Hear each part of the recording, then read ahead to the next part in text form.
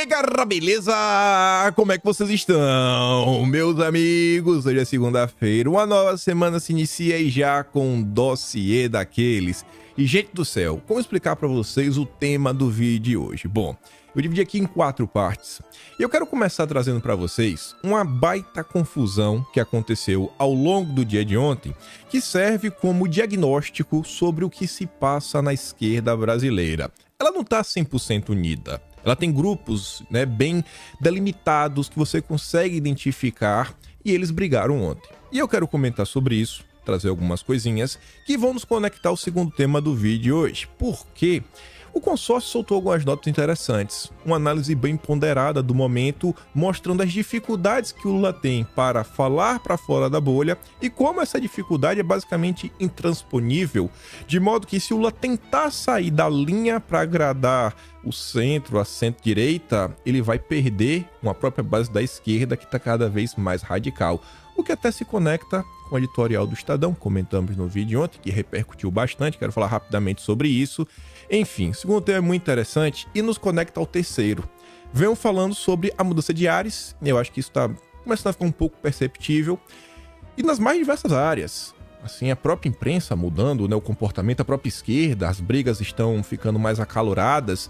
E agora não é a vez do Estadão, agora foi a vez da Folha de São Paulo me soltar uma nota que faz uma análise jurídica do caso Bolsonaro, que sai mostrando tintim por tintim tudo que vem sendo feito contra Bolsonaro, que no passado a esquerda gritava, esperneava, se jogava no chão, falava: meu Deus, cadê o Estado Democrático de Direito, o ordenamento jurídico?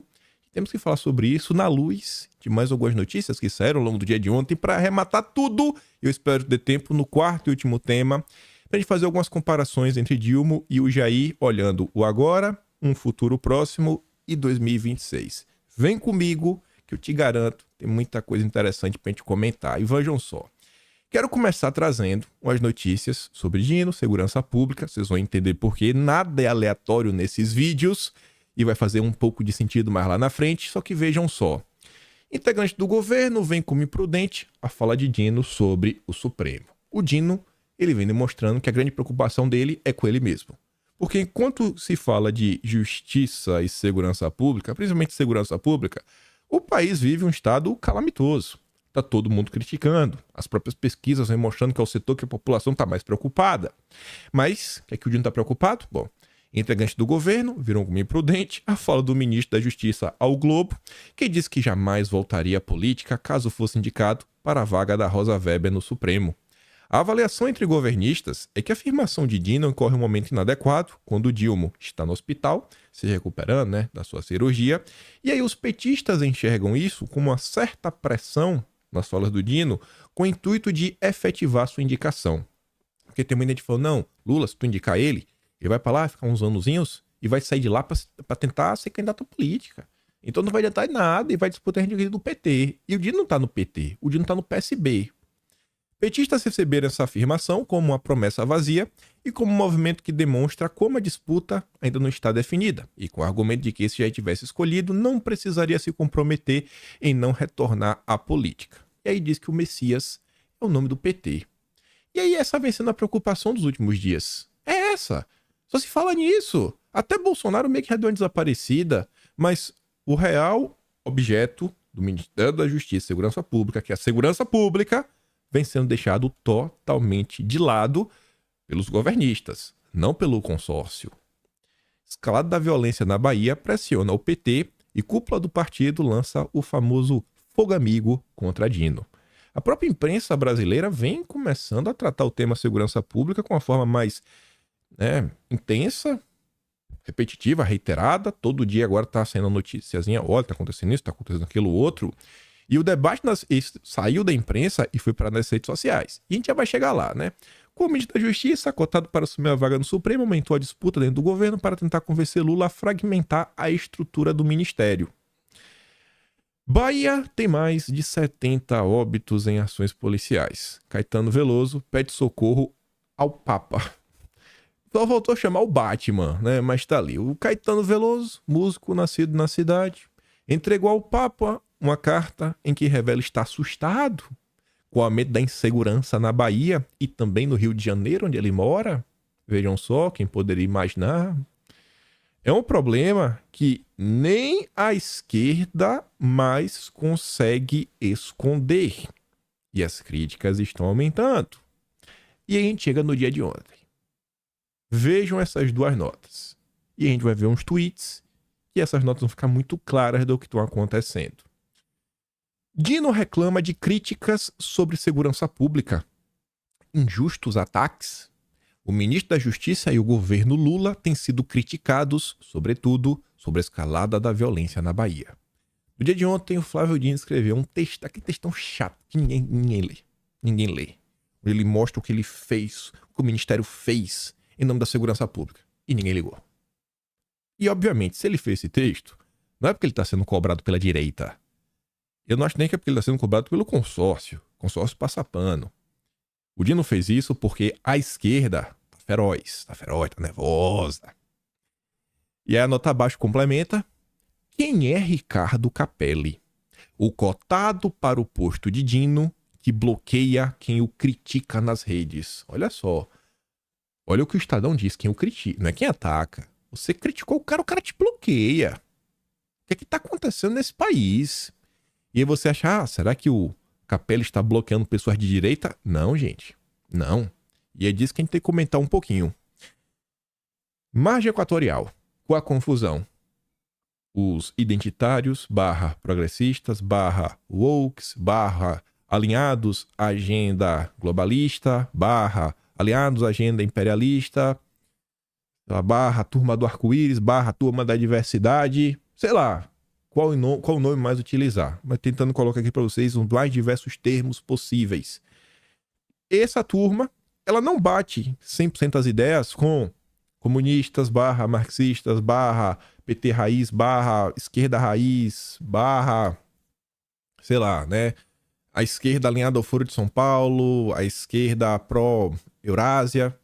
Então tem esses dois grupos, na verdade tem mais do que dois grupos, mas esses dois grupos, tá mais do que claro que eles estão cada dia mais rachados. Estão cada dia mais descontentes um com o outro.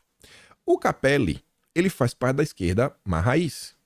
O Gregório do Vivier, ele faz parte da esquerda progressista, vamos falar assim. Então, isso vem acontecendo, não falei mais de Equatorial, nem me aprofundei mais, mas são vários episódios que aconteceram ao longo desses 9 meses já completos, onde o Lula toma uma decisão que ou ele desagrada um lado ou ele desagrada o outro. O Lula não consegue, em nenhuma decisão mais, agradar ambos os lados da sua militância. Não vai. O último embate grande, que a confusão cresceu, o último embate antes desse, entre esses dois grupos, foi indicação, vem sendo essa indicação para a Suprema Corte, onde essa ala mais globalista, esquerda progressista, identitária, quer porque quer uma ministra, mulher, negra, e a outra fala, não, que não é assim, etc. Tudo mais, e vem acusando a ala progressista de ter apoio das ONGs internacionais, que isso e aquilo outro. Isso, inclusive, gerou um embate entre nomes históricos do petismo, tipo o Leonardo Atush, que é o chefão do Brasil 247, falando que ele foi... O Gregório do Vivier tentou cancelá-lo, um absurdo, e aí vem essa briguinha. E aí, no dia de ontem, essa turma começou a subir o tom contra a segurança pública, falando que é um absurdo, e por isso que o Flávio Dino desceu do tamanho para dar uma resposta. E o Capelli também. O Capelli fez vários tweets ontem, entrou em embates, foi criticado e começou a bloquear várias pessoas da esquerda. Você vê ali, ó, Cecília Oliveira. Aqui também, bom dia. Ela está inclusive compartilhando RT no Thiago Amparo, que a gente já fala dele. E o Gregório do Vivier fala, ó, sim, o provável futuro ministro da Justiça começou bem, bloqueando todo mundo que criticou a violência policial. Aí tá ali, ó, Thiago Amparo. Bom dia para quem foi bloqueado pelo futuro ministro da Justiça de um governo progressista por ter criticado fala com apologia à violência policial. Vocês vão ver que fala foi essa. Vocês verão. O Jones Manuel, que é de esquerda, fala. Ricardo Capelli, para quem não lembra, era um dos maiores defensores do Vilas Boas e do mito das Forças Armadas Profissionais que não se metem em política. Passou anos como porta-voz de milico. Agora virou porta-voz da corporação policial. Aí volta aqui, ó, outro, Douglas Becchior, o futuro possível torço que não. Ministro da Justiça do governo Lula, Ricardo Capelli, também me bloqueou, como fez com Cecília e Tiago Amparo, por termos feito críticas às suas declarações de apologia à violência na Bahia, blá blá blá. Republicano ele, hein? Lembre o que ele disse. Aí o Tiago Amparo volta. O que tem em comum entre eu, Cecília e o Belchior? Bom, para que o secretário executivo dos Ministérios da Justiça nos bloqueie. Dica 1. Não tem na Suprema Corte. 2. É o que mais tem entre os óbitos pela polícia. Então, o Tiago Amparo dá a entender que a cor... Não sei, né? Acho que, que tem algo a ver com cor de pele. Tá falando que ele deixou no ar que o Capelli é meio preconceituoso, né? Sei que vocês estão me entendendo. Aí, o porta-voz do petismo no Twitter, né, o jornalista Renato Souza, ele reverbera: Tiago Amparo, doutor em Direito, especialista em Direitos Humanos, bloqueado no Twitter pelo secretário executivo do Ministério da Justiça e Segurança Pública, Capelli, após criticar a violência policial. Tá todo mundo comentando. Foi a briga ontem. É que eu só peguei alguns tweets dos peixes grandes. E os bagrinhos, nossa senhora, né? Foi troca de acusações para todos os lados. Aí eu fui tentar entender o que é que o Capelli falou que deixou a esquerda identitária. Vou chamar daqui pro final do vídeo identitária, mas ela é identitária, globalista, woke, etc. mais. A identitária deixou a turma tão revoltada. Esse tweet aqui. Luca França. A posição do Capelli sobre segurança pública é profundamente retrógrada e apenas tende a colocar o nosso povo na mira. É preciso o enfrentamento ao preconceito nas corporações, mas para Capelli, esse debate é um debate, entre aspas, identitário. Olha como esta palavrinha está começando a aparecer agora, né, no vocabulário, nas discussões de rede social, também no consórcio, como eu venho mostrando para vocês. É uma palavra que eu venho tentando trazer em vídeo, né? Tentar falar, pessoal, também é chamado assim, o que seria esse movimento? A gente vem tentando comentar, trazer essa palavra para o vocabulário, acho que desde o final do ano passado. Mas vamos continuar. Veja essa postagem, que aqui mostra, eu acho que muito bem essa tensão entre os dois lados da esquerda. Esse rapaz aqui, acho que ele até poderia... Não seria difícil para ele falar que ele é da turma identitária, porque ele é um cara da diversidade. Ele ontem estava até defendendo nas suas postagens o Eduardo Leite, fazendo piada. Falou, pô, eu sei como é ser o Eduardo Leite, não pode curtir muito a festa. Tava numa festa de Ivete Sangalo, né? Quando aquela tragédia lá no sul do país, mas tá assim meio, né, recluso, sem querer se soltar demais. Ele falou, eu sei como é isso. Sei como é... Tem que ficar preso assim, né? Pra sua família não saber. Vocês estão me entendendo. E aí a Mônica Bergamo faz lá um post, né? Diante de um número que divulguei da PM que faz isso, que aquilo outro. Meu Deus, que absurdo. Olha o que está acontecendo. E que a segurança não está nos piores do país. Recebi mensagem do tipo, do Tarcísio você não fala? Aos fatos, então de forma objetiva. E ela sai, né, falando um monte de besteira. O perfil diz que pode ir lá conferir para ver se não é um perfil de esquerda. Ele fala assim, ó. Eu achava que era história da extrema-direita quando falavam que muitos da esquerda defendiam bandidos. Mas depois da fala do Capelli contra a turma do mal, eu vi que... nem falei da fala do Capelli. Vi que é verdade. Muitos da esquerda defendendo, né, gente do mal contra a polícia me choca. Não sou essa esquerda. Já não bastasse os identitários, olha a palavrinha de novo, agora os especialistas em segurança pública achando que esse tema é fácil e que os traficantes são vítimas. Agora tem a cara de pau querendo ensinar Dino e Capelli. Falar no conforto do quarto, aí sim é fácil. A extrema-direita agradece a burrice. Então, a esquerda raiz está preocupada com a esquerda identitária, que está criticando um monte de maluquice, e tá dando de mão beijada pra extrema-direita todo esse discurso. Mas nem falei, a gente passou por cima. Eu me empolguei com a palavra identitária. Olha qual foi o discurso polêmico do Capelli. Devemos apoiar as nossas polícias. Eu não vou discordar disso. Acho que tem que apoiar sim a polícia. Punindo os extremistas e reduzindo a letalidade. Acho que isso ninguém vai ser contra. São homens e mulheres que deixam suas famílias em casa para proteger as nossas famílias. Todos os dias. Eu concordo. O que ameaça a segurança pública é o fortalecimento das organizações criminosas. É, eu meio que concordo com o Capelli. Eu acho que a turma da segurança pública é exatamente a turma do mal. Eu acho sim que a polícia sai de casa para proteger a família dos outros. Todos os dias, homens e mulheres. Gente, o que é que tem de mais nessa fala? Eu não consigo entender o que tem de mais nessa fala. Vocês estão entendendo o nível de radicalismo que essa esquerda identitária tá levando o país? Isso gerou um racha. Gerou um racha que um cara de esquerda... Agora vocês estão entendendo porque o cara de esquerda falou, né? Cara, eu achava que era maluquice. Quando a turma da direita falava que tinha gente que defendia bandido. Agora eu tô entendendo. Agora eu tô entendendo. Agora eu tô entendendo. E aí, eu acho que também cabe à direita entender esse momento. Pra tirar proveito. Tirar proveito e mostrar pras pessoas. Falar, cara, da mesma forma que você tá percebendo que muita coisa que a gente falava não era maluquice, vem aqui pra te mostrar outras coisas. Deixa eu te mostrar o espantalho. Sabe, as mentiras que te contaram. E ontem teve também uma confusão, aqui só pra falar rápido, lá no evento do pessoal, que elegeu até a chapa do Boulos. Gostei muito desse comentário aqui da Amazônia Azul. Esse foi o partido que entrou judicialmente e conseguiu impedir o projeto da Ferro ao Grão. Tem mais força que os 300 deputados da Frente Parlamentar do Agronegócio. E esses posts anteriores, esse daqui, é em homenagem à turma que diz, né? Parem! Não critiquem a direita? Vocês já viram a esquerda brigar em público? A esquerda nunca faz isso? Nunca faz, né? Nunca. Quem diz isso pode ver. Toda vez que alguém vem com esse papo de unir a direita é porque aprontou alguma coisa. A direita tá unida. Sempre teve. E aí, olha lá. Sai um texto na Folha de São Paulo que já tinha chamado minha atenção. Só que chamou ainda mais atenção por quê? Por quê, sim, né? Porque a esquerda... Porque a esquerda utilizou o texto da Folha de São Paulo para bater na própria esquerda. E eu tô falando aqui do Brasil 247.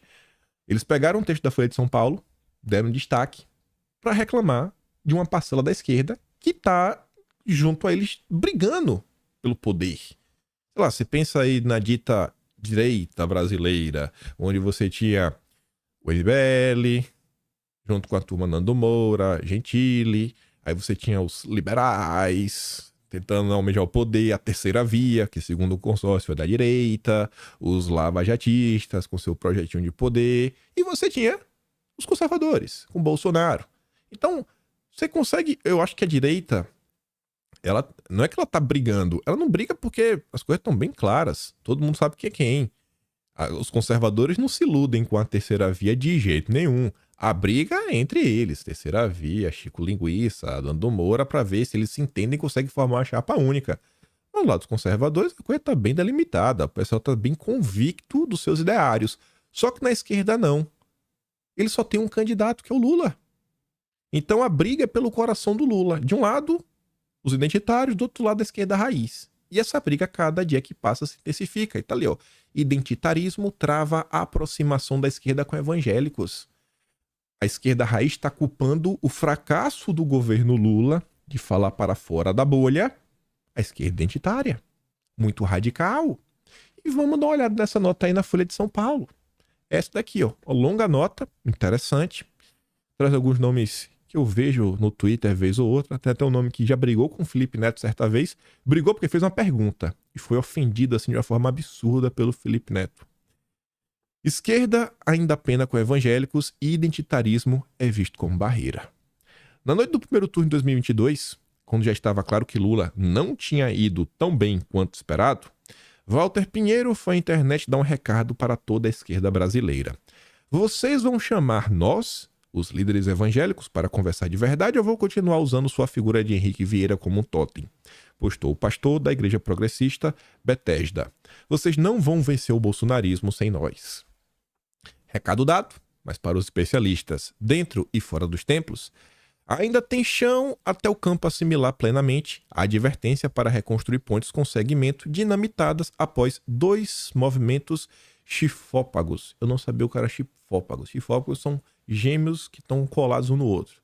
Então, são 2 movimentos de gêmeos. Um movimento é a ascensão da luta identitária entre progressistas, né? Essa agenda colou na esquerda. É o que a esquerda virou hoje. E do outro lado, o conservadorismo ficou, né, arraigado, preso nos templos. Mas era óbvio, né? Era óbvio que isso ia acontecer. Passado o sufoco eleitoral, é um clima de cabra cega que a esquerda tateia diante do azedume que se instalou contra ela em boa parte dos evangélicos, ou torna mais simpática em seus candidatos. A dificuldade crônica em lidar com parcelas historicamente refratárias à retórica progressista persiste em outras redondezas, como segurança pública e agronegócio. Não só os evangélicos têm uma rejeição ao petismo, como segurança pública e o agro. Segurança pública. Essa aí tá de mão beijada para a direita. Não ajuda a dissipar essa desconfiança atitudes como Lula levar o Stedley para sua viagem lá para o País Vermelho, que tem o agronegócio tem ranço do MST. Ou Lula falar que havia alguns fascistas na AgriShow, a maior feira de agro no país. Isso não ajuda, Lula. Também já insinuou que policial não é gente. Gafe da campanha pela qual se desculpou é gafe, né? O Lula só comete gafes. E seu governo pouco avança para construir uma pauta positiva na área de segurança. Acho que desde o início do ano, né, estamos falando da necessidade de começarmos a discutir um projeto de país. Porque a esquerda está perdida. Perdida. Não tem nada em segurança pública. Olha a quantidade de textos, olha a quantidade de pessoas que todos os dias estão cobrando algum tipo de iniciativa, algum tipo de marca do governo, o que é que vai ser feito para a segurança pública. Gente, as pessoas estão desesperadas. As pessoas querem alguém que apresente um sonho ou o fim de um medo. Ou um sonho, uma promessa que, cara, olha só, sabe, você vai ter uma oportunidade, um trabalho, vai ganhar mais. O cara fica assim, esperançoso. Ou a pessoa quer isso, ou a pessoa quer parar de ter medo. A pessoa quer parar de ter medo de se vai perder o emprego, se não vai. Ela quer parar de perder esse medo de, poxa, será que meu filho tá bem na escola? Será que não estão doutrinando meu filho na escola? Será que eu vou voltar vivo de casa? As pessoas querem perder ou medo ou ter um sonho. E segurança pública, meu Deus, olha a quantidade de coisas que já foram propostas, tantas iniciativas para fortalecer que o próprio cidadão possa defender o que amedronta os malvados. O agronegócio também. Segurança jurídica, isso aí também está no meio, não só para proprietários, né, do próprio agronegócio, como para a própria polícia. Quantas e quantas vezes Bolsonaro não falava do excludente de licitude? Será que nesse momento, com o crescimento da violência, relembrar, por exemplo, olha só, os números estão caindo de apreensões e a violência está aumentando. O governo Bolsonaro ficou marcado por aumentar o escopo das polícias, né? Ter mais atribuições, poder fazer mais coisa. Então, assim, isso muda. Você falar de custo, treinamento, então as pessoas querem soluções para ontem. Isso daqui é para a direita, tá nadando de braçada. Deputados, vai que é sua. Parece que a esquerda não quer lidar com o problema. O outro lado, por sinal, é excelente em capitalizar o medo generalizado da violência. Não é capitalizar medo, não. É apresentar soluções. É apresentar soluções. E não é que a esquerda não quer. Vocês estão vendo agora. Bastou o Capelli defender a polícia, porque uma polícia desmotivada trabalha menos. Ele foi cancelado pela esquerda progressista, identitária. Não tem solução. A gente está diante de um ponto que, se o Lula tentar resolver, ele vai ser destruído pela classe artística. E aí? E aí, pai? Como é que resolve? Não resolve. Não tem solução para o Lula. Nesse ponto, não tem. A incompatibilidade de gênios ideológicos nunca facilitou uma união estável entre a esquerda e esses polos. Mas a polarização piorou muito. Quem diz isso? Alexandre Gonçalves, líder dos cristãos trabalhistas no PDT. É PRF, Santa Catarina. Esse cara já foi, assim, escorraçado pelo Felipe Neto por fazer uma pergunta educada, cobrando coerência do Felipe Neto. Se eu não me engano, foi no episódio do arcabouço fiscal que foi aprovado, que ele falou, cara, é o fim da esquerda. E o Felipe Neto destruiu esse cara. E depois ele respondeu com a educação e o Felipe Neto desceu do tamanco e viu que era lulista. Ele foi campeão pro Lula. Ele falou, não sei o que. Sabe quem é esse cara lá do Twitter? Embora reconheça que a animosidade entre as partes já cultiva rugas, aponta que a belicosidade hoje é nuclear. Hoje tá num ponto que não tem mais diálogo. Não tá, bicho. Para Gonçalves, o abismo dilatou na medida que o Brasil começou a importar as pautas da nova esquerda americana. Mas quem é louco? Quando quem fala que o Lula é um vassalo do Biden, a própria esquerda tá falando, ó, tá importando as pautas do Biden. Mas o maluco sou eu.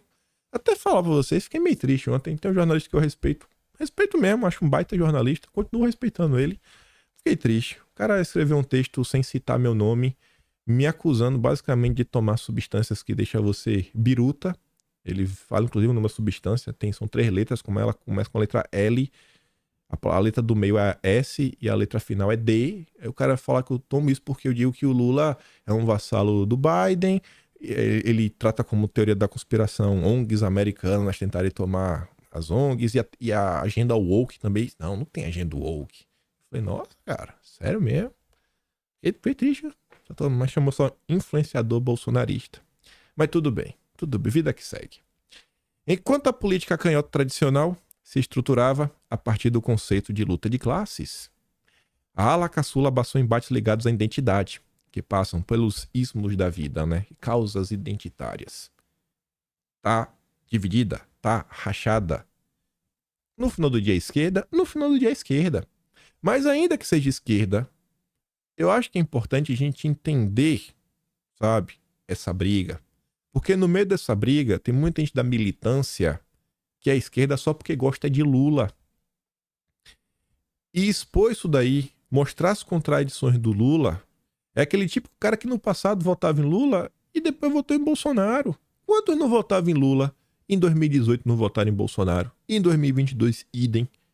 Bolsonaro teve 60 milhões de votos. Com certeza teve muita gente que já votou no PT no passado. Se você vai perguntar para o evangélico se ele quer ter saúde, escola pública de qualidade, direitos trabalhistas como férias, ele vai dizer que sim. Sim, exatamente. Qualquer pessoa. Isso são as pautas da direita. É dessa forma que a esquerda consegue se conectar com as igrejas. Sim, mas essa pauta é da direita também. Ele quer que a esquerda volte para essas pautas, volte para a base. Mas se você inicia um diálogo com temas transversais, ainda que eles tenham sua importância, isso acaba fazendo surgir um identitarismo de maioria. Isso faz muito bem à direita. É mesmo?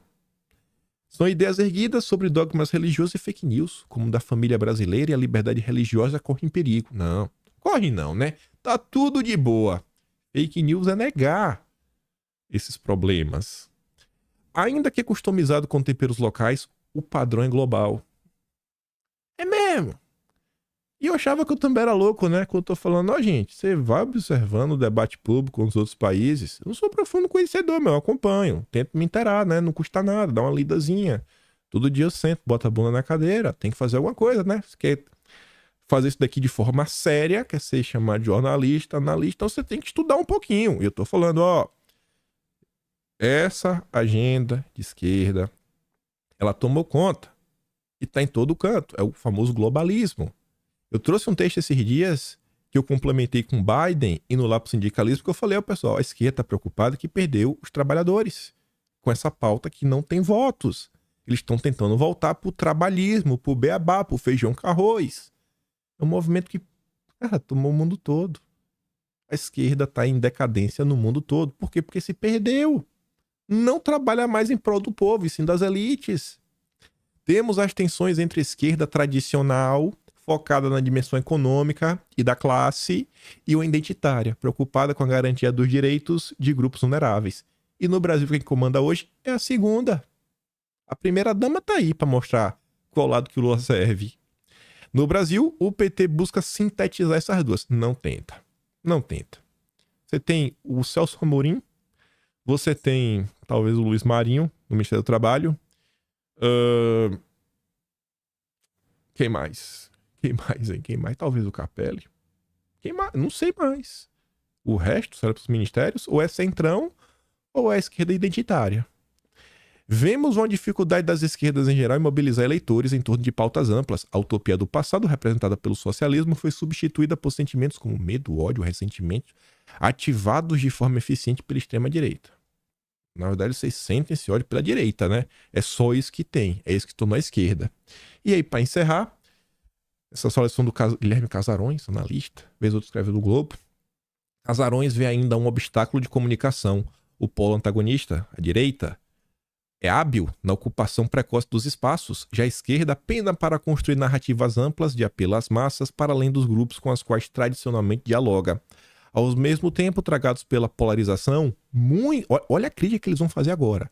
Muitos da esquerda passaram a equivaler conservadorismo e fascismo, ostracizando parcelas significativas da população. E quem eles pegam para dar de exemplo? Um exemplo na esquerda do que é isso. A Márcia Tiburi, filiada ao PT, ainda bota o partido, sintetiza essa postura ao lançar, abre aspas, Como Conversar com um Fascista. Título que rotula dessa forma quem vota no oponente ideológico. Se você não vota no PT, você é um fascista. E os caras estão falando, vocês estão fazendo isso? Vocês destruíram a esquerda. Vocês destruíram a esquerda sem volta. Porque qualquer ser humano, dentro de si, tem algo chamado que empatia. A esquerda não tem. Mas o ser humano ainda tem. Então, quando o ser humano, no coração ainda bate, ele vê maldade. Ele fala, não, irmão, eu não vou ficar lá de vocês. Vocês estão perseguindo pessoas. Eu não sou bobo. Eu só não quero estar lá de vocês. Eu vou virar nada antipetista. É muito difícil imaginar que o governo e a militância lulista baixem a guarda e deixem de tratar o empresário que gera 30 empregos e luta para pagar imposto como explorador. Eles não vão. De tratar o crente da periferia como fundamentalista e o setor rural como fascista. E do lado de lá, verão predicados semelhantes com alimentação de inimizade que não parece ter fim. Não vê isso não, viu? Por isso eles vão estar se enganando. Então a turma está buscando algum tipo de solução. Aí, é amigo até daquele Alexandre Gonçalves, o pastor ali que acabou de falar, que é líder aí da frente trabalhista do PDT, é amigo. Gustavo Caixanão, também do PDT. O Caixanão está escrevendo na Gazeta do Povo. Olha o texto que ele soltou. O identitarismo é liberal? Esse discurso de conservadores chamando identitarismo de marxismo cultural e de esquerdistas chamando de liberal é um equívoco. Está na hora de todos acordarem para o fato de que ele é uma negação de todo e qualquer universalismo. É um anti-humanismo. Ele só faltou falar esquerda raiz e direita unam-se contra a esquerda identitária. Você pega o texto e vai ler, ele tá criticando, fala, cara, esses caras não, velho. Não. Esses caras são pior que o bolsonarismo. Basicamente isso. Eles estão brigando. Eles estão brigados. Essa nota eu nem vou entrar no contexto dela. Mas a manchete você já sente o drama. Esquerda enfrenta divisão em relação a pautas de costume pelo mundo. É um complemento da nota anterior. A esquerda está rachada. É preciso entender isso. E é preciso explorar isso, inclusive, para você botar para um lado e falar com o outro, né? Para um lado brigar com o outro. Muito não ajuda quem atrapalha, né? O muito nos ajuda quem atrapalha o lado de lá. Então a gente tem que brigar, gente. Tem que botar pra um bater cabeça com o outro e expor toda a hipocrisia. Uma crítica que o Lula sofre da própria esquerda vale muito mais que uma crítica feita pela direita. Ou vocês acham que não? Qual crítica machuca mais? Eduardo Bolsonaro criticando o pai? Ou Flávio Dino criticando o Bolsonaro? Não precisa nem falar, né? Só pegou o melhor dos exemplos. Mas vamos continuar. De gordofobia ao capacitismo. Para especialistas, gafes expõem um Lula desatento a pautas atuais. Se o Lula quiser manter um bom relacionamento com o consórcio leia-se Rede Globo, ele vai ter que baixar a cabeça pro identitarismo. A Globo é 100% identitária. A Globo tá sempre falando da Marina e toda essa agenda aí, né? E aí? Qual lado do Lula vai seguir? Porque se ele fizer isso, ele vai perder essa militância raiz, os sindicalistas, a turma que realmente fala com a base. Aquela base que tá preocupada com escola, saúde, emprego, férias, reduzir a opressão do capitalismo, o proletariado. Tem gente que até acredita nisso. O socialismo utópico. Ele tá numa encruzilhada.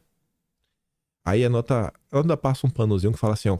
Marqueteiros e especialistas ponderam que as declarações de Lula devem ser compreendidas no contexto político e cultural da formação do petista. Meu Deus, vamos tentar relevar, né? Porque o Lula é um cara do passado, coitadinho. Se fosse Bolsonaro, tá rompendo a cadeia, denunciando pra PGR. Outro aqui também que se fosse Bolsonaro na mesma situação, hein? Mel Carro no Rio Grande do Sul. Eduardo Leite tava em São Paulo. Tava em São Paulo num show da Ivete Sangalo, né? Em minha calamidade. Não fala mais nada. Que se fosse com Bolsonaro era diferente. Vamos correr. Aí você pega esses dois primeiros temas, guarda na cabeça por 10 minutos. A gente vai voltar neles. Tem a briga na esquerda. E a direita? A direita tá como? Bom, a direita tá aí, né? Vendo um cerco se formar contra Bolsonaro. E aí eu juro pra vocês, mas de coração, essa notícia tava no vídeo de ontem. No último tema que não deu tempo de comentar. Era a primeira notícia do vídeo de ontem. Por que eu estou frisando isso e rebatendo essa tecla? Vamos ouvir juntos. Lava Jato negociava com jornalistas para descer a lenha em Lula.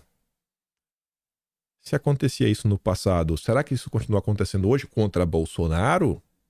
Acho que não. Não, obviamente que não. A Globo News não tem nenhum negócio. Não tem. A Globo News é 100% imparcial. Em diálogos obtidos pela Operação Spoofing, às quais a revista eletrônica Conjur teve acesso, os lavajatistas demonstraram intimidade com a imprensa.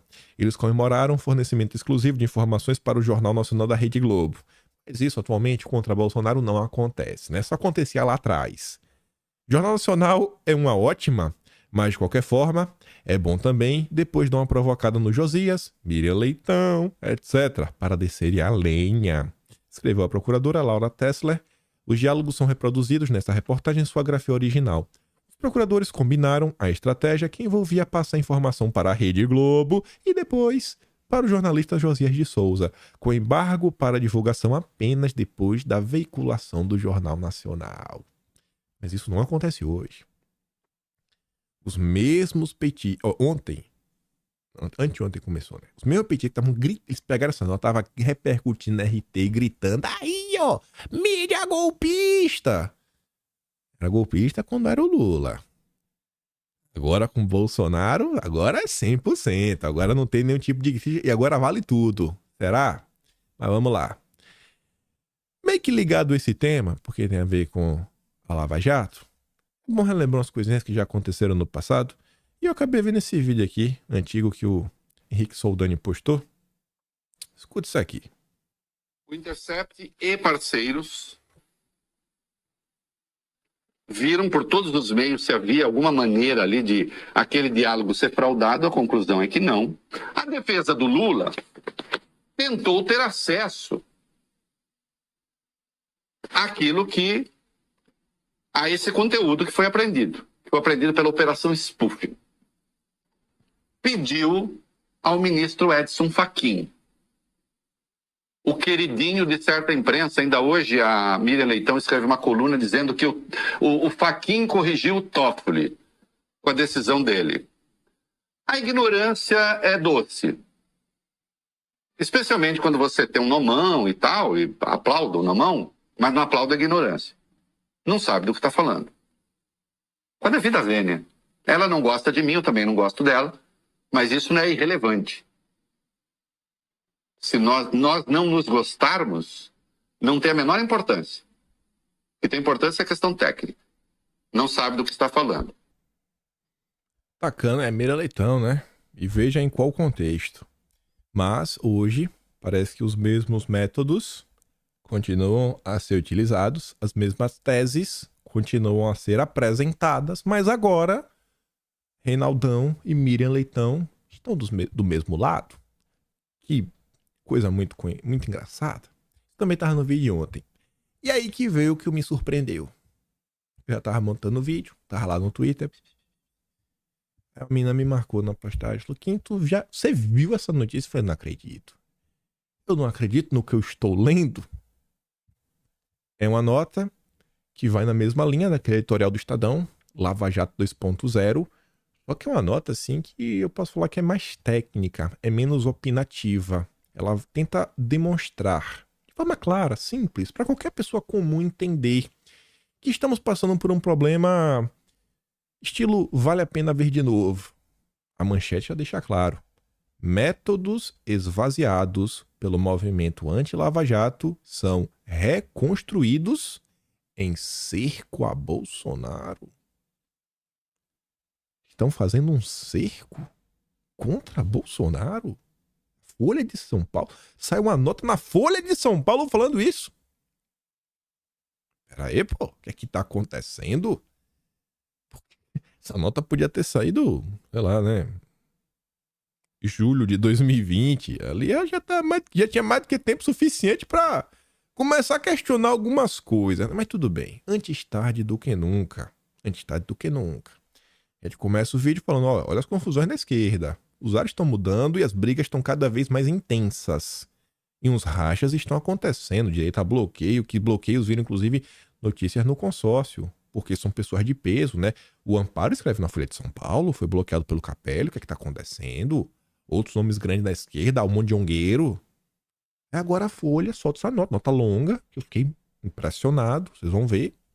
Métodos de investigações esvaziados ou até mesmo enterrados pelo movimento anti-Lava Jato na Suprema Corte têm sido reconstruídos pela própria Corte e por outras instâncias do Judiciário em cerco contra Bolsonaro e seus aliados.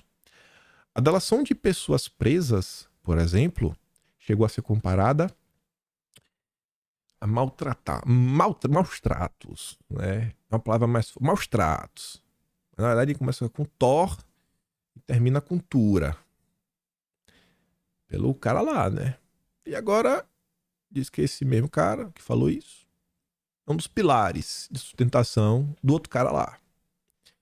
As prisões preventivas alongadas e com prazos indeterminados também eram apontadas como um abuso cometido pela Lava Jato e agora tem ganhado espaço nas apurações que envolvem o ex-mandatário.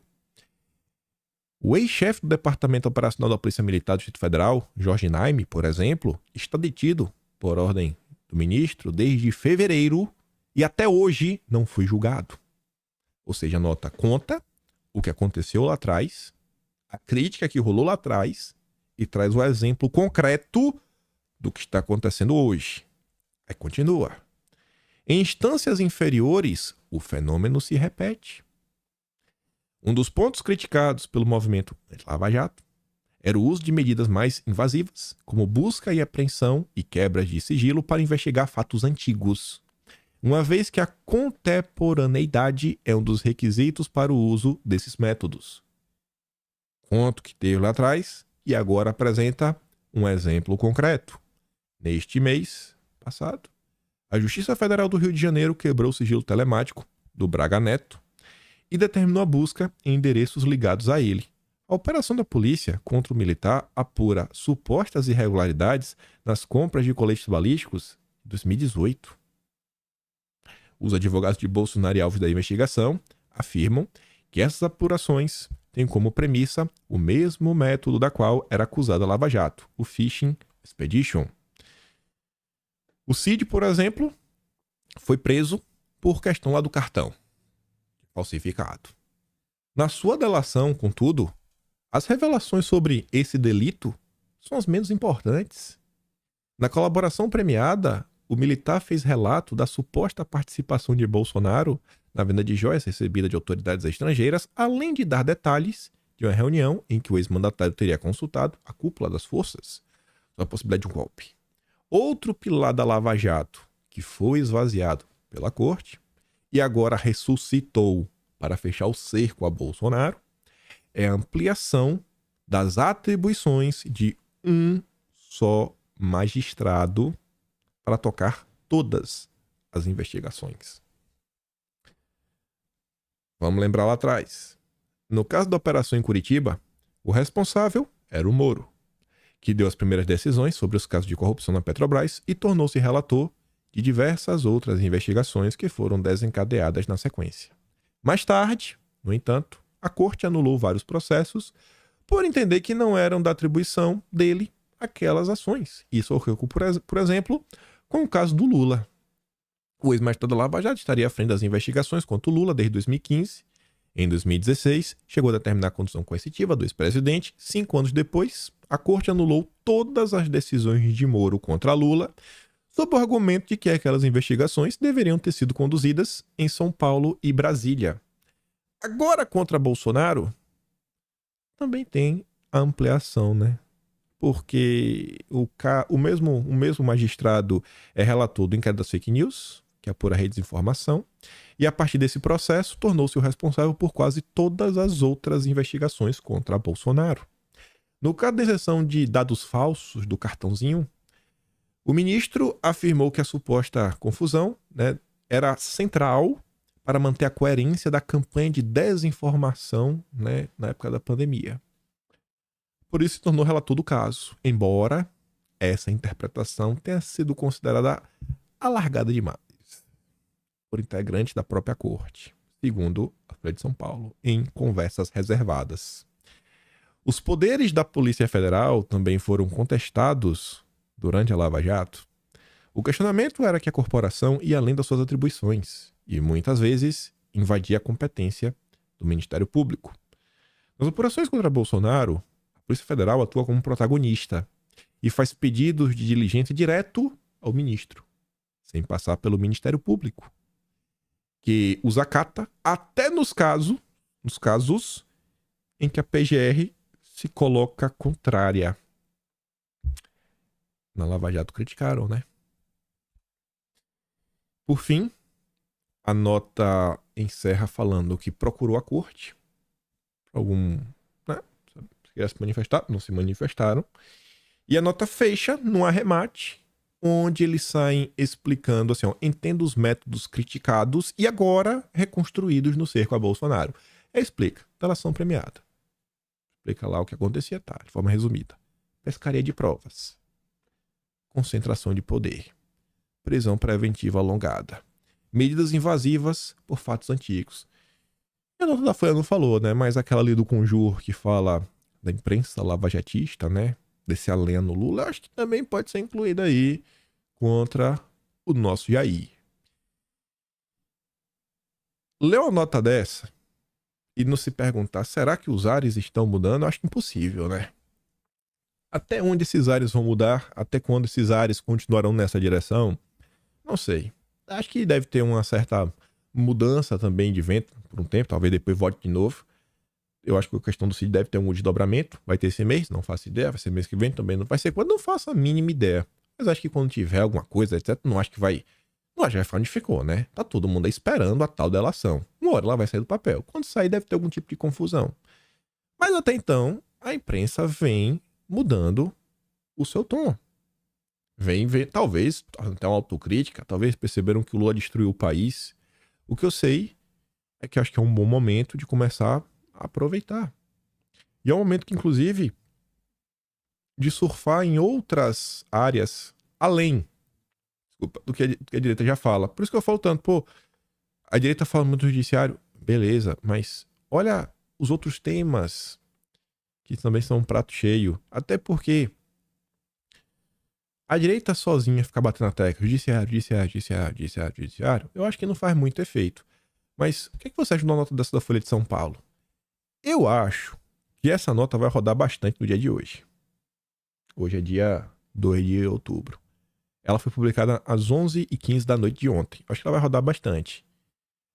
Eu tinha essa mesma impressão com aquele editorial do Estadão que a gente comentou no vídeo de ontem. Aquele editorial rodou demais nas redes sociais. Os mais diversos deputados, para além da direita bolsonarista, publicaram. Até o Pedro Lupion da FPA estava falando daquilo também. Mas rodou. As pessoas viram. O clima no país tá assim, né? Tá tudo... E aí, bicho? E aí? Então eu acho que a turma tem que começar a jogar um pouquinho melhor. Veja como são as coisas. Até voltando um pouco pro primeiro tema.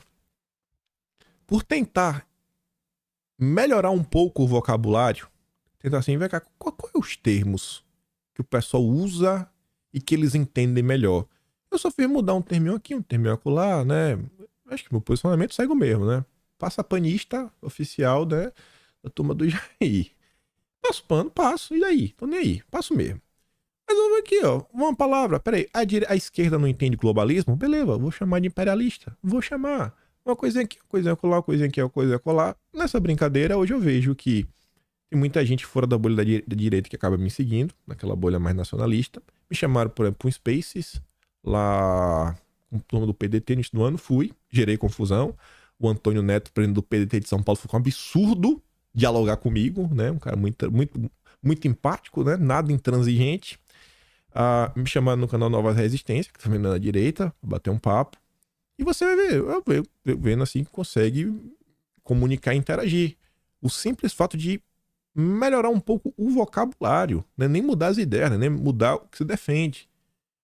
Eu acho que isso são as coisas que a gente deveria parar e refletir, né? Como se comunicar melhor. Melhorar a agenda, incluir mais elementos nessa agenda da direita, resgatar, não precisa nem se incluir, talvez seja a palavra melhor, resgatar, como segurança pública, resgatar para a agenda, melhorar um pouco o vocabulário. E aí, voltando aqui, todo dia no Estadão agora, um novo texto crítico a coisas que a própria direita reclama. Dessa vez foi um texto aqui escrito pelo Carlos Alberto de Franco, Meu Corpo, Minhas Regras. Uma Corte Suprema ideológica e politizada. O cara, e você como as coisas, né? O próprio consórcio tem que falar assim, ó, me perdoa, eu gosto de você, mas vou ter que criticar. E assim, ó, não me canso de manifestar o meu respeito à corte. Tá sendo os pilares da democracia, mas tem outros poderes, viu? Eu gosto de vocês, beleza. Vocês são os pilares da democracia, mas temos outros poderes também. E a harmonia depende de todo mundo. No entanto, o que se tem visto é uma crescente invasão do judiciário no espaço privativo dos demais poderes. Não é bom, não é saudável, gera insegurança jurídica e aos poucos vai minando a credibilidade do invasor. O Supremo rejeitou o marco temporal para a demarcação de terras indígenas. De forma similar à Folha de São Paulo, essa nota do Estadão relembra, na contramão do que a própria Corte decidiu em 2009, né, no caso da Raposa, Serra do Sol, prevalecia desde então o entendimento segundo o qual os povos indígenas só poderiam reivindicar a demarcação das terras que ocupavam do dia 5 de outubro de 88, data que foi promulgada a Constituição. E agora, de costas para a sociedade e para o Congresso, tudo foi mudado. Em nome da pacificação, a Corte vai conseguir o contrário, trazer insegurança jurídica e disputas intermináveis no país. Mas agora vamos ao segundo episódio. Meu Corpo, Minhas Regras. Aí fala um monte de coisa, traz alguns argumentos de méritos, para no final falar que a legalização sempre foi a prioridade ideológica de alguns, não todos, dentro e fora do judiciário. Isso contra a vontade expressa da sociedade. E em nome da democracia e dos direitos reprodutivos, né? A rejeição no Brasil dessa agenda é fantástica. As pesquisas estão aí e são inequívocas. A legalização dessa prática é uma agressão à sociedade, mas a ideologia não está nem aí com o sentimento da maioria. Democracia só vale se estiver alinhada com o pensamento único de uma militância autoritária. Chegou a hora da sociedade dar um basta respeitoso, mas firme aos abusos do judiciário e cobrar uma posição clara do Congresso Nacional. Você consegue imaginar um texto desse 6 meses atrás? Eu não consigo. Mas não acho que é unânime também, né? Tem Chico Pinheiro, né? Foi até cotado aí para ajudar o Dilma. Pacheco, PEC contra a Suprema Corte é golpe? Deixe lira de lado, etc. Tudo mais. Falando, absurdo. Como assim, rapaz? Tentar colocar qualquer tipo de limites. A turma da esquerda não quer, estão surfando a onda. E aí, tivemos aí um novo ministro assumindo a presidência da corte, falando em pacificar o país. E eu vou deixar aqui o Caio Junqueira, da CNN, né, um analista lá, estava coordenando o Análise WW, que é o programa do William Vac, o que ele tem a falar sobre a pacificação. Não durou nem 24 horas o anunciado processo de pacificação do novo presidente do Supremo, Luiz Roberto Barroso, com o Congresso Nacional. Nesta sexta-feira, o Supremo decidiu obrigar o Congresso a legislar sobre licença paternidade. Quando a decisão saiu, no Congresso já havia começado a tramitar uma PEC que prevê a derrubada de decisões do Supremo pelo Legislativo. À tarde, questionado sobre essa PEC, Barroso disse o seguinte, abre aspas, a previsão de superação de decisão do Supremo já existiu no direito constitucional brasileiro. Estava na Constituição do Estado Novo, na ditadura de Vargas, de 1937, fecha aspas. A depender do que cada um dos poderes envolvidos pensa sobre seu papel no país e sobre o papel do outro poder, a pacificação será sempre apenas uma ideia. Pois no fundo o que há é um Congresso ressentido com o poder político que o Supremo adquiriu e um Supremo que não deseja ceder de volta o poder político que ganhou. Tá vendo aí, né? Acho que tem uma mudança. Como surfar ela ao máximo, eu não sei. Aí, nesse meio tempo, Janones é condenado a indenizar o Nicolas em 5 mil. Vejam só. Água mole, pedra dura, tanto bate até que fura. Pra quem fala que a direita perde todas, a direita ganhou uma. A direita ganhou uma, né? Finalmente. Talvez os ares estão mudando. Eu quero acreditar que sim. Sou um otimista. E aí, nesse meio tempo, com os problemas até aqui apresentados, temos mais problemas para apresentar porque estamos falando do Brasil e vejam só. O Jair vem conversando pouco e falando muito pouco, viu, Jair? Queria muito que ele escutasse isso. Acho que o Jair devia conversar um pouco mais. Porque ele tem bons pontos. E tem muitas coisas que estão acontecendo no momento atual que eu acho que Bolsonaro, inclusive, podia estar surfando a onda. E eu tento me colocar no lugar, né, das pessoas. Com certeza a cabeça de Bolsonaro tá pensando em mil e uma coisas. Qualquer coisa que ele fala, a turma distorce. O cara, o cachorro já foi mordido por cobra, tem medo de linguiça. Já tá nessa, né? Fala, ó, fica fora de problema. Mas eu vejo, assim, fala, pô, com tudo também que vem acontecendo, então evitar novos problemas. Mas você pega, por exemplo, a questão do marco temporal. Eu acho que é uma pauta sensacional para Bolsonaro trazer o discurso de sempre dele. E ele não precisa nem falar, por exemplo, de Lula, não precisa falar de judiciário, nada. Imagina se o Bolsonaro chegar e falar, pessoal, cara, marco temporal, botem a mão na consciência. Pensem no papel do Brasil perante o planeta. Eita, agora virou estadista global.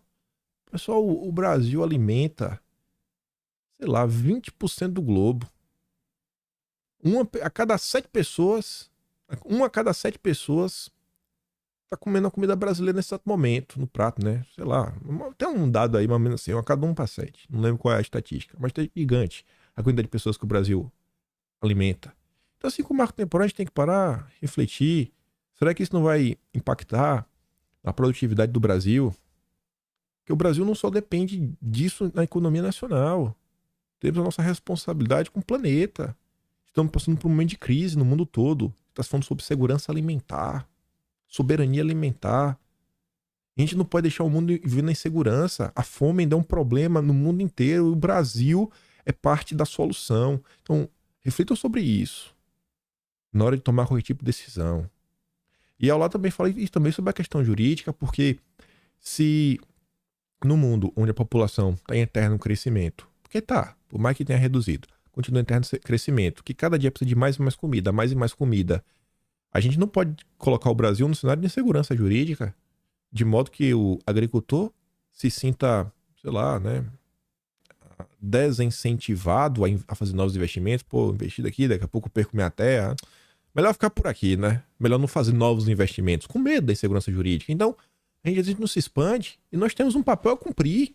Então, todo mundo reflete, não fala de ninguém, numa boa. E isso, assim, são assuntos que só tem a ganhar.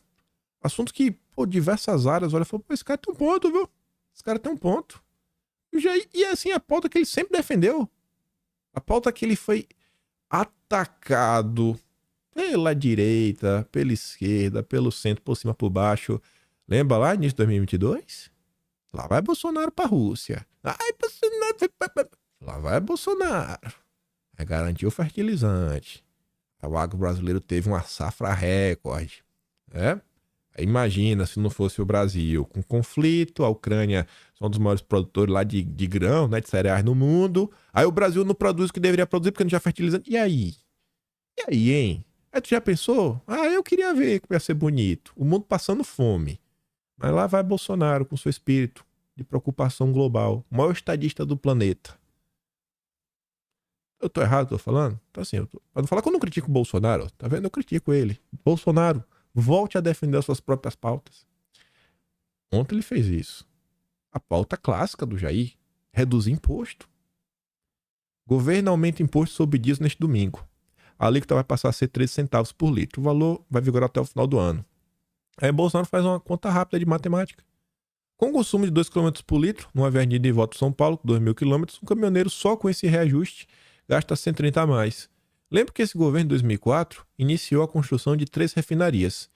Não concluiu nenhuma e enterrou aproximadamente 90 bilhões. Frete mais caro, mais inflação. Inclusive pode trazer a sua agenda propositiva. A agenda propositiva é o quê? Reduzir imposto. Essa agenda aí não tem que ficar contra. Num governo que só aumenta imposto. Aí, falando disso, diferença, né? Lula empurrou uma reforma tributária maluca, 10 bi de emenda, 2 ministérios, né? Era a melhor coisa pro Brasil. Bolsonaro era um maluco porque tava contra. Tá ali, né? O Vanguard fez até a pergunta, ué, não era o bolsonarismo que estava mal informado e criando confusão? Elevar custos é igual aumento de preço para a população. Reforma tributária eleva custo das aéreas em 11 bilhões. E se ela leva custo para as aéreas, vocês acham que as companhias aéreas vão absorver 11 bilhões? Ou vocês acham que elas vão repassar isso daí no preço da passagem para vocês? O que é que vocês acham, hein? O que é que vocês acham, hein? O maluco era Bolsonaro. Os 27% da alíquota esperada do IVA sobre as passagens aéreas representariam um aumento de até 286% em relação à soma das alíquotas atuais de impostos de 7% a 9%. Não estamos pleiteando a redução da carga tributária, mas precisamos evitar tributar ainda mais a aviação brasileira. Os 11 bi seriam a diferença de pagamento de impostos caso as vendas de passagens fiquem no patamar atual. As decisões que o governo argumenta a ver com a reforma não mitigariam essa elevação de custos. E o louco era Bolsonaro, né? Louco era Bolsonaro. Saiu ontem. Tributo seletivo, chamado de imposto do pecado, também poderá incidir sobre bicicletas, motos e TVs. É mesmo, né? Oh, meu Deus. É mesmo? Ai. Quem poderia imaginar? Também chamado de imposto do pecado, pois sobretaxa cigarro, bebidas alcoólicas, também poderá incidir sobre outros produtos, bicicletas, motos, smartphones, celularzinho, TVs, condicionadores de ar, né? Ar-condicionado, notebook. Rapaz, quem poderia imaginar? A explicação é que esses produtos são fabricados além de outras regiões do país, também na Zona Franca de Manaus. E aí, para preservar o benefício das empresas lá instaladas, o imposto seletivo abrangeria somente de fabricantes de outros locais do país, mantendo a Zona Franca de Manaus isenta. O imposto seletivo seria regulamentado somente depois da aprovação.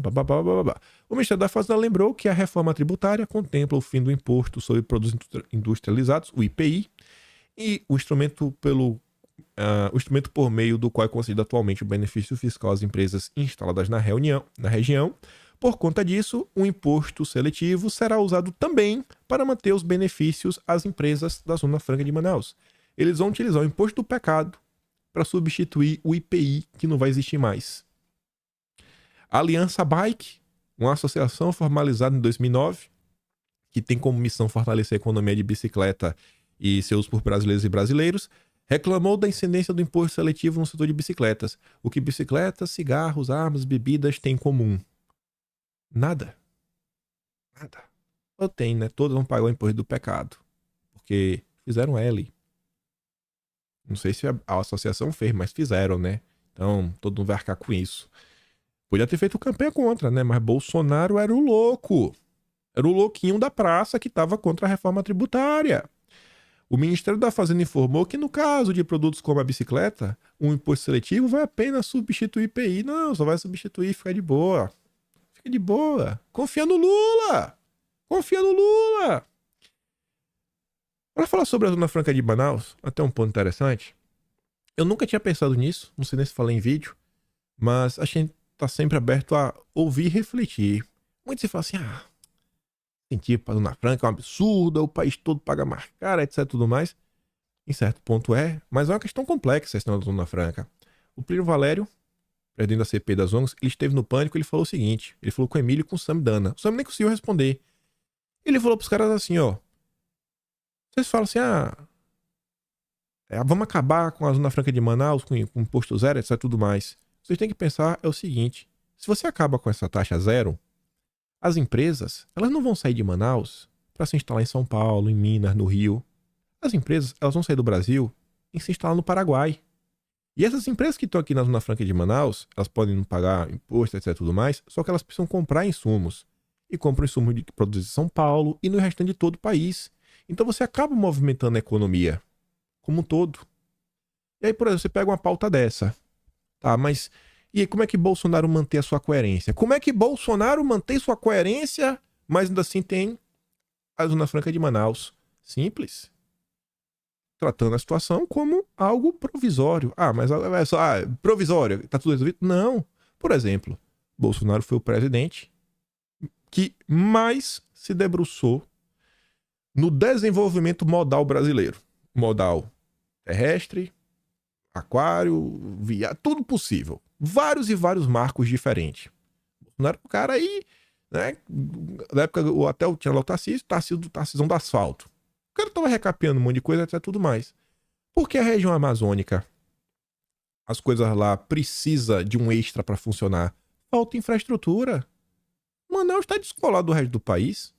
Não tem nem rodovia para ir para lá e tudo mais. A solução, uma das soluções passa com certeza por uma interligação. Você ter rodovias que são lá de Manaus para o restante do país, você conecta tudo, melhor do que rodovias, você ter ferrovias. Se em algum espaço der, vai para lá para cabotagem, que é até mais barato, né? Transporte marítimo, aí sai lá, chega em Santos, de Santos distribui para o restante do país. Não sei, você pensa, mas com certeza melhorar a infraestrutura é um primeiro passo para depois todo mundo pagar o mesmo tipo de imposto. Só que tem que integrar o país, que liga com soberania nacional, que liga com a pauta de Bolsonaro. Ambas estão de mãos dadas. Então, assim, são pautas propositivas. Quem vai ser contra isso? E é começar a falar, você traz a redução de imposto alinhado ao desenvolvimento nacional. Como é que isso não vai dar certo? Qual é a pessoa que não quer ouvir algo que é totalmente plausível, pautado na realidade e que tem um retrospecto do governo Bolsonaro para provar que, cara, é isso que a direita fez quando esteve no poder por 4 anos. A turma lembra das estradas sendo recapeadas. A turma deve lembrar de alguma construçãozinha que deve por aí, né?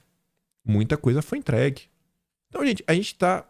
Por mais que o Brasil esteja numa situação horrível, você olha para todos os lados, tem alguma oportunidade da gente tratar de alguns temas para além da bolha da direita. De sair daquela discussão da apenas, olha isso aqui é um problema, isso aqui tá acontecendo, mas começar a trazer proposições, tentar trazer algumas soluções.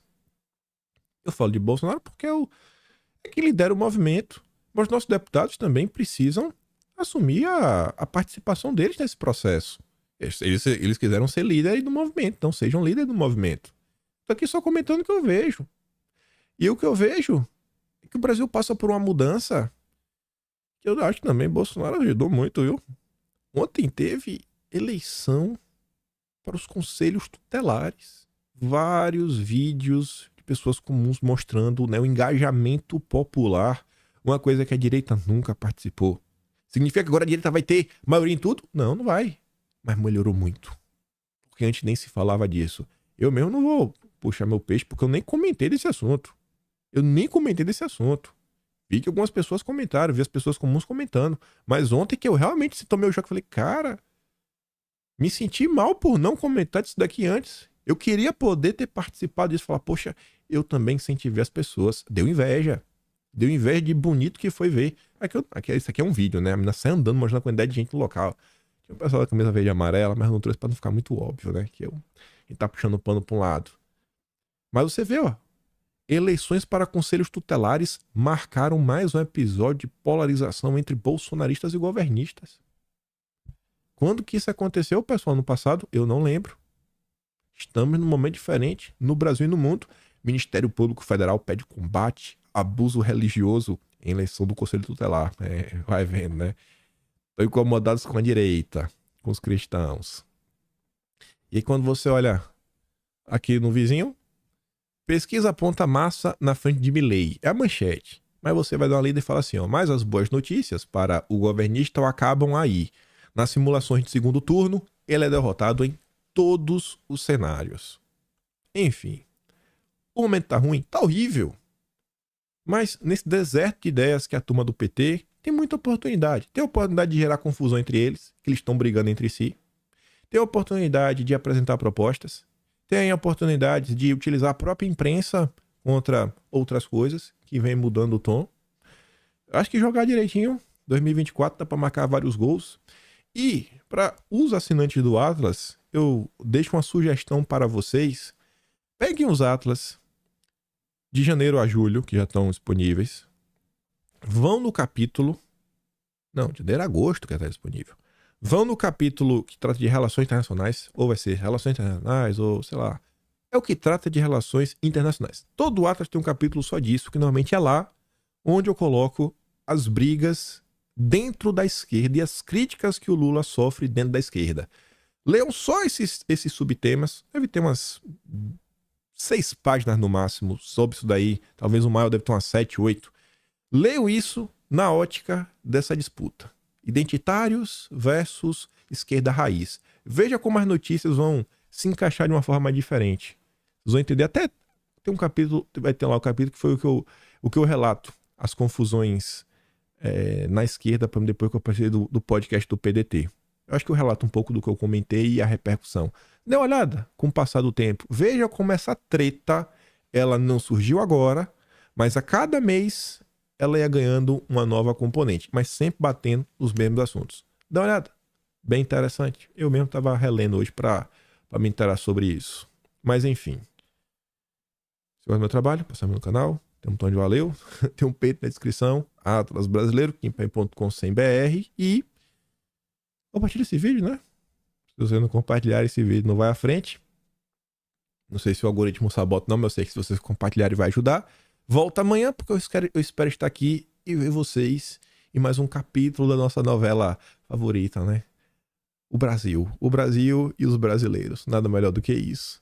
Aquele grande beijo, abraço, tamo juntos. Valeu, meus amigos. Fui!